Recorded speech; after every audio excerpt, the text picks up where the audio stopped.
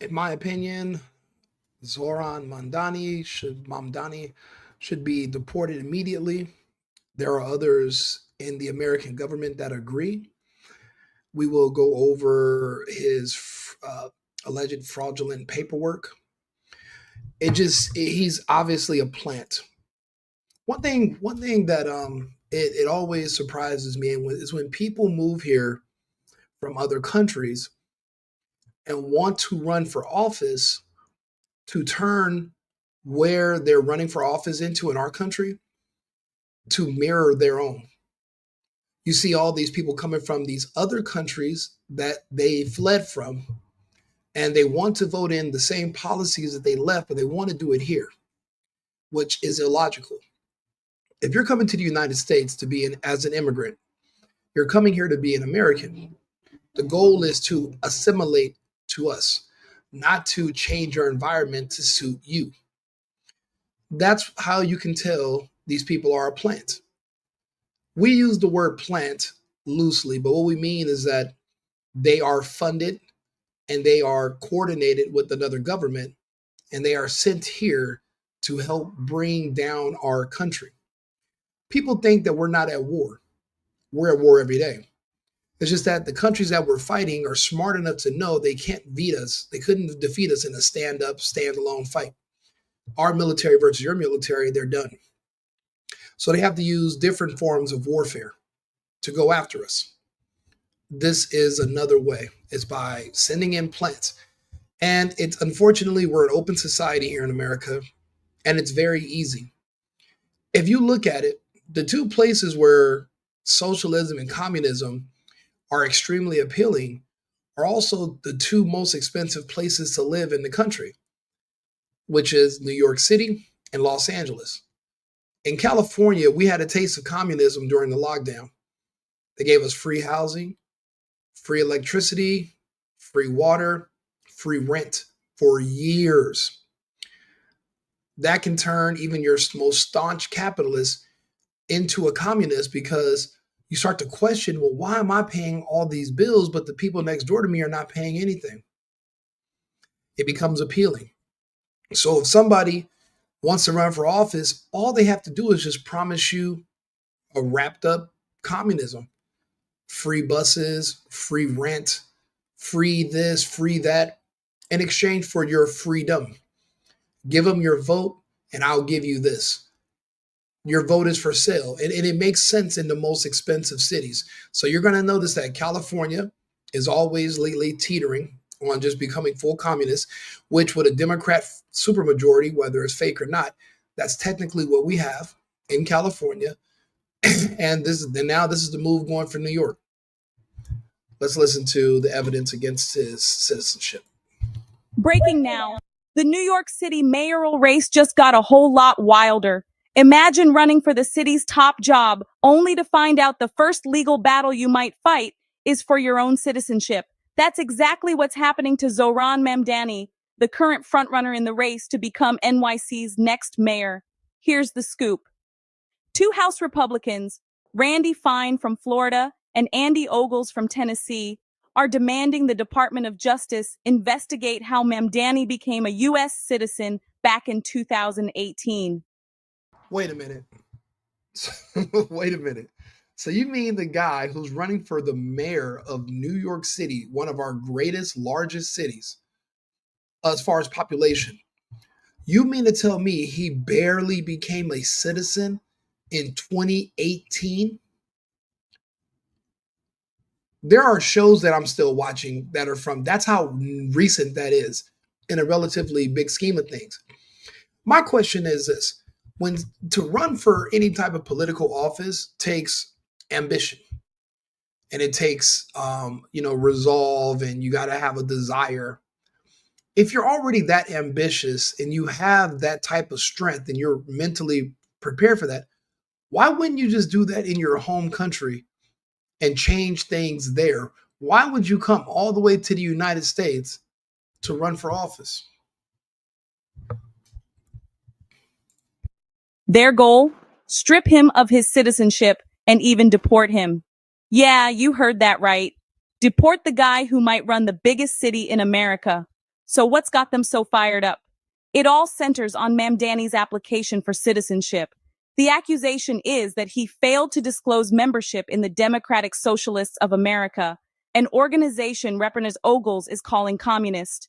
Under U.S. immigration law, being a member of a communist or totalitarian party can actually disqualify you from becoming a citizen. Ogles because it's completely antithetical to our Constitution and to what we believe in as Americans. It doesn't, it's a completely different way of life. And it doesn't make sense.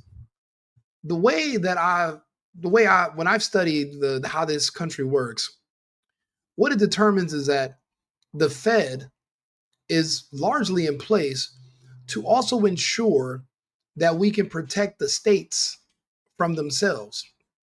Meaning this, say you have a candidate running for office and he's a pyromaniac. He loves fire and he loves burning stuff down. And say somehow he's charismatic, he's able to sway a large portion of the voters and wherever he's living into also being pro fire. And they're like, we're going to vote. And if you vote me in, if we win, we're going to burn everything in the city to the ground. Something like that cannot be allowed to happen. But Rico, don't they have a right to choose? Yes and no. You have a right to choose to a point. That's why sometimes it's called the illusion of freedom. You're only free to do things within certain parameters. You cannot elect an open socialist, which is a form of communism, is the financial form of communism.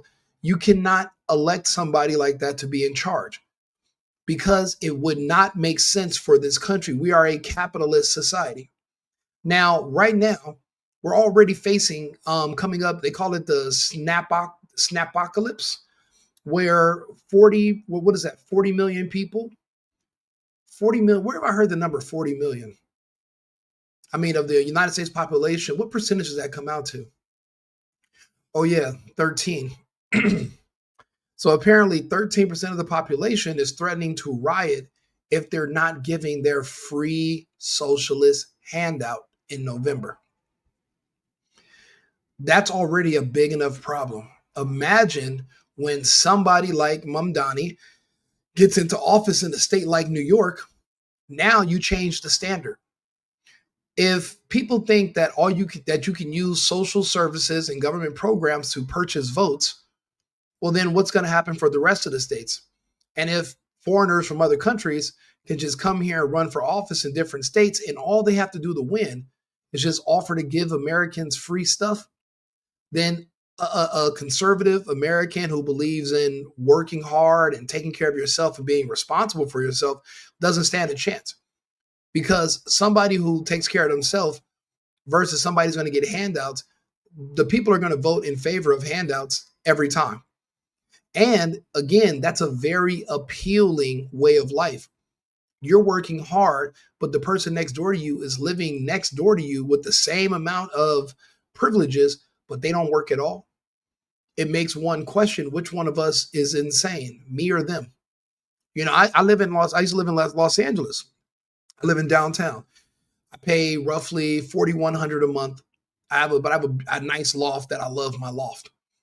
But when I walk outside, there's literally homeless people everywhere, but they have a nice tent. They get free hotel stays, but we're technically neighbors. We live pretty much in the same quarter, like we're like adjacent to each other. I'm there. They're outside my building. I'm inside the building. We share the same amenities. Past a certain point, I remember one day, one of the homeless guys, he turns out that he's retired. He just likes to just hang out forever. And he was like, I feel sorry for you. And I was like, what do you mean feel sorry for me, sir? You're the one living outside.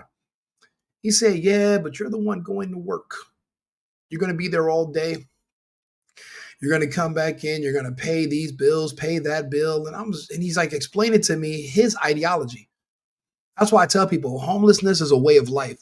It's not a condition because you're in a bad situation. It's a lifestyle choice.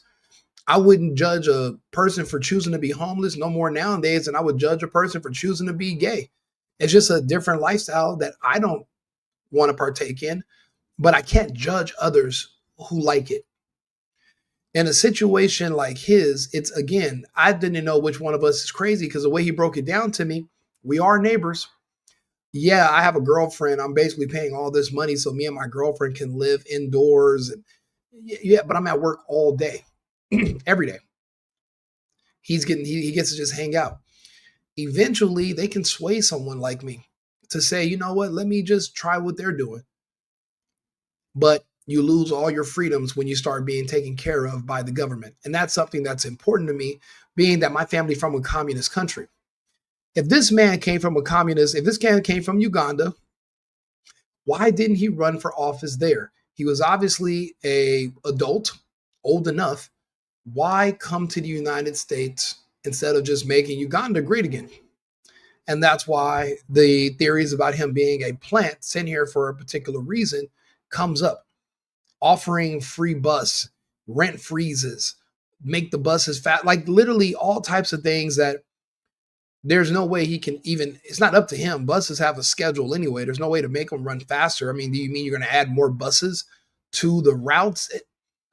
And that's the, again, when you have people that live in expensive places, everyone wants discounts. Everyone wants to live for free because it's hard. And if you offer them free stuff, that's not going to make them want to go to work, want to be productive. It's just going to make them dependent on the state. But on the other hand, you get a permanent group, a loyal base, because they're always going to vote in favor who's going to give them the most socialist benefits. And that's why he's in the primary, he's actually slated to win. So that's why they're going to have to go through his paperwork. They're going to have to find a really good reason. They're going to have to deport him. They're going to have to. And I'm sure they can do their investigation.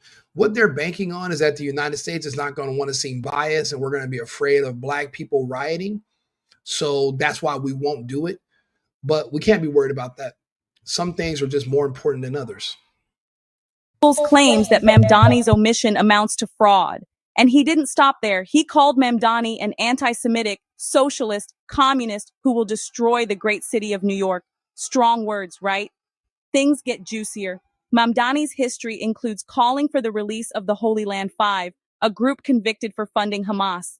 And a recent photo surfaced of him posing with a controversial imam, once linked to the 1993 World Trade Center bombing investigation. For critics, it's all part of a pattern. For supporters, it's just guilt by association. Now, former President Trump is piling on, calling Mamdani a communist lunatic and threatening investigations if Mamdani actually wins the mayor's race. He's actually our current President Trump. So I'm starting to think that this is a left wing bias. I don't know, but whatever. I just wanted them to read this out to you guys. Meanwhile, the Justice Department isn't commenting, but they haven't ruled out an investigation either. Let's be real. Denaturalization in the US is extremely rare. Legally, it takes serious proof that someone lied or hid material facts to lose citizenship. And Mamdani, he flat out denies being a communist. In fact, he's been serving in the state assembly for 5 years and leads the NYC polls by a mile. But with the election just days away, the attacks are getting personal and the stakes couldn't be higher. Is this Again, this is New York City we're talking about. The people with money, the people that have the means, they've already evacuated. They've left.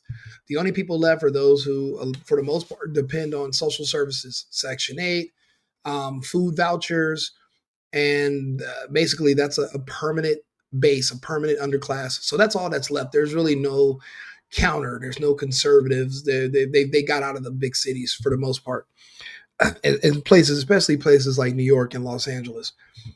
But the thing is, he has been there for 5 years, and of course, he's not going to admit that he's a communist.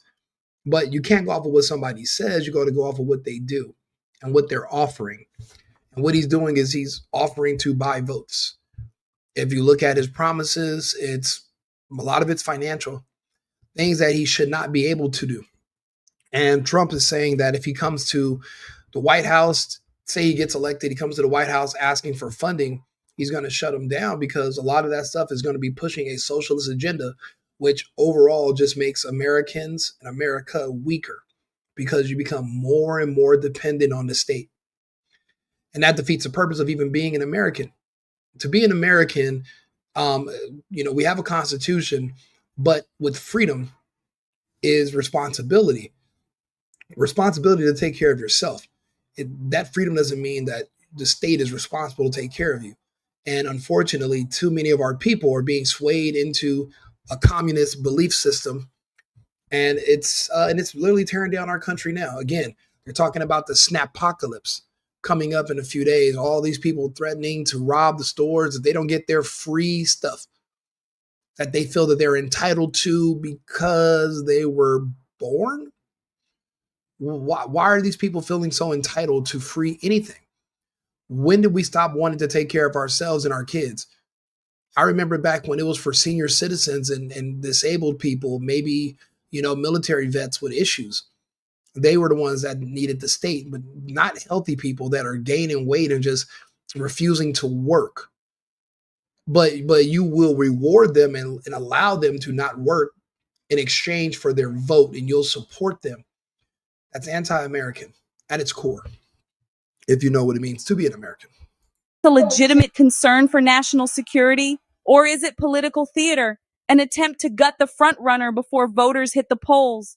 Whatever happens next, one thing's for sure, this mayoral race just became a national political firestorm. And Mamdani, he may have to fight for more than just your vote. He might have to fight for his place in the country. Stay tuned. This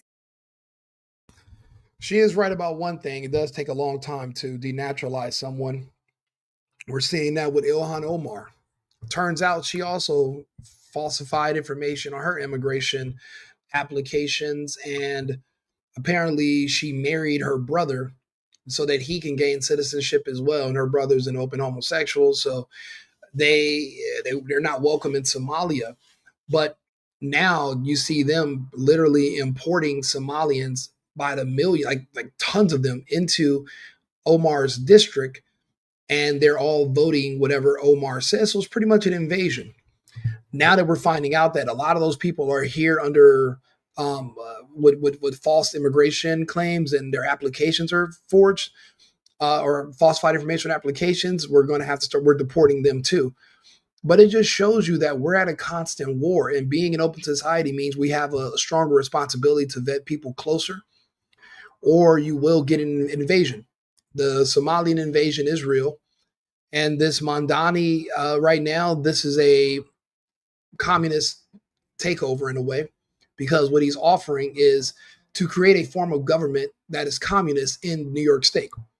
Not verbally, but his policies, that's what they outline. Nothing's about self-independence. Everything's about letting the state take care of you. Unfortunately, that was Martin Luther King's dream. And people will want to be in denial about that, even though the man openly said it. The state should be taking care of you and your problems. So that's why so many people align with Mamdani, because they are also feel that they want to get free stuff. Everybody wants to scam this country. We can't allow it to happen. The Fed is going to have to do something to protect our city from itself. Again, even if all the voters want to vote in favor of burning down the city with fire, the Fed would have to step in, and they wouldn't allow that to happen. You can't do that. So that's how I see it. So I don't know if anybody agrees or disagrees, but let me know your thoughts on Mamdani. I'd like to hear them. But I mean, I'll be honest. Once they start offering free stuff to everybody, there might just be a population explosion. In California, a place that's extremely expensive, if they start saying, hey, move to LA, you'll get a 2-bedroom apartment for $600 a month, and the government's going to pay for it, and all this, you won't be able to. The flood, the instant migration, because nowadays, because it's so expensive, everybody will literally be looking for a different form of socialism to buy into. They'll literally give up some of their freedoms in exchange for some free stuff. And that's just the unfortunate state of where we are as a society mentally here in the United States. So that's why Mamdani is appealing. And I'll be honest, I don't think you can fight that kind of appeal. Obviously, not with the voters.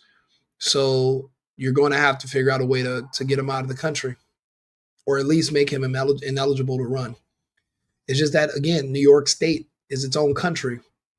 So I'm not sure how much the Fed can do, but I know the Fed's going to have to put things in place to protect the city of New York from itself. Like and subscribe, share the video. Right wing Rico, the single boyfriend. I'll be back on live in about 30 minutes with another topic. I appreciate you guys tuning in. Cheers.